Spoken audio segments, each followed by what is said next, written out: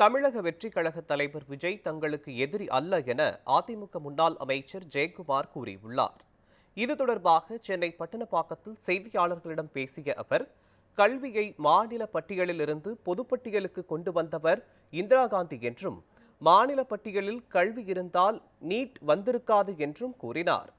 துணைவேந்தரை நியமிக்கும் அதிகாரம் மாநில அரசிற்கு உட்பட்டது என்றும் அவர் குறிப்பிட்டார். எடப்பாடி பழனிசாமியை நேரில் சந்தித்தால் கூட்டணி அமையும் என நயினார் நாகேந்திரன் கூறியது அவரின் ஆசை என்றும், அண்ணாமலையுடன் ஆளுநர் தேநீர் நிகழ்வில் சிரித்து பேசியது பண்பாடு என்றும் ஜெயக்குமார் தெரிவித்தார்.